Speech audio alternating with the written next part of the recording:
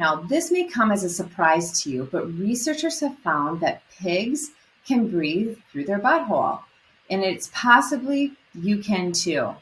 So you may be thinking, what? What is happening? What's going on? This sounds ridiculous. Who does this even benefit, and how does it work? Hi, my name is Marcy Vasky. I'm a functional medicine nutritionist. I specialize in gut health. So I help people who struggle with diarrhea, constipation, bloating, gas. That sounds like you, or maybe it's somebody, a friend of yours or a family member. I have linked our website down below where you can make an appointment and see how we can make you feel better. I've also linked a free guide, our 5 ways to improve gut health, which can be really beneficial just to get a start in. So I would encourage you to download that and see just a few ways that you can start improving your gut health before you sign up for an appointment.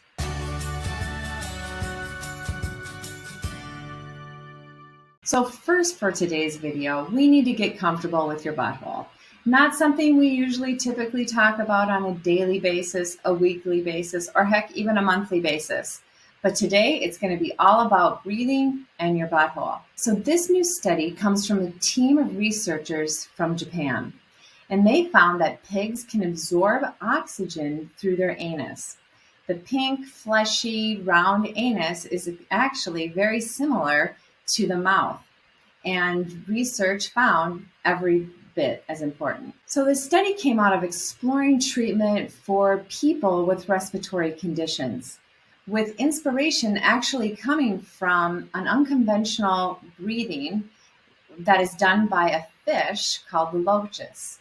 And that's a freshwater fish, and they actually use their intestines to breathe. The way they do this, and the way that how we're finding it can help through pigs and maybe even in human study, is that the rectum actually has a mesh of fine blood vessels right beneath the tissue.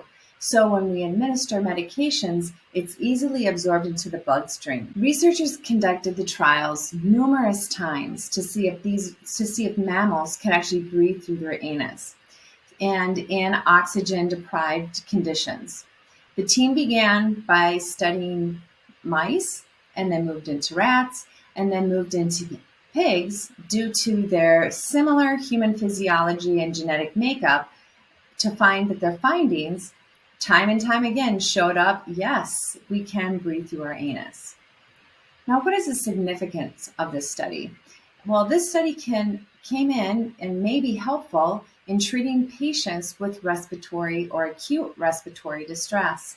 For example, a ventilator, which is oftentimes used when in times of that extreme respiratory failure or distress. And we learned that, through COVID, we were having a shortage of ventilators. So this highlighted the need to maybe expand our thoughts and try to look into different avenues of how we could support good respiratory health. So in the situation that we might have a shortage of ventilators again, and people who are in acute respiratory distress, we may be able to use your butthole as the avenue to help you continue breathing. So not only could this be in a clinical setting or a hospital setting, but also thinking of having it on standby, like we have the defibrillators at different events, schools, colleges, where we could actually use this automated, similar to like I said, the defibrillator. In the event of using a sudden respiratory failure, we could actually have these on site to give that time to increase respiratory health. Takanori Takebi, the author of the study and a doctor at the Tokyo Medical and Dental University, thought, why not try the back door? He wanted to see if his theory was correct if they added oxygen to the anus to see that it would improve respiratory health. So what he did was they added oxygen to perfluoroalkyl, a chemical that can dissolve large amounts of oxygen and is in the past a substance that has been used to treat infants with severe respiratory distress and as artificial blood to improve tissue oxygenation. So after shooting the liquid, the oxygenated liquid, up the mice's rectum, the scientists found that the oxygen levels further improved. And what they did on the pigs was they researched and used the same oxygenated liquid on a pig, and they found that they could survive up to 30 minutes after an inoculation of the oxygen. Enough time to get adequate emergency care if needed, and then hence saving a life. So the question is, what about humans? Can we really use this on humans?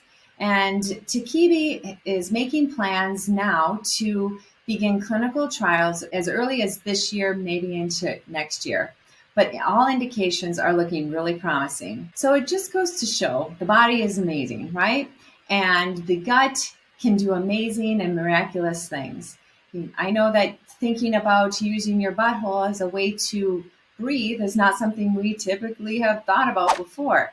But I think what they have shown is very promising, and even keeping a life going for an extra 30 minutes before you can get that real good care in an emergency situation.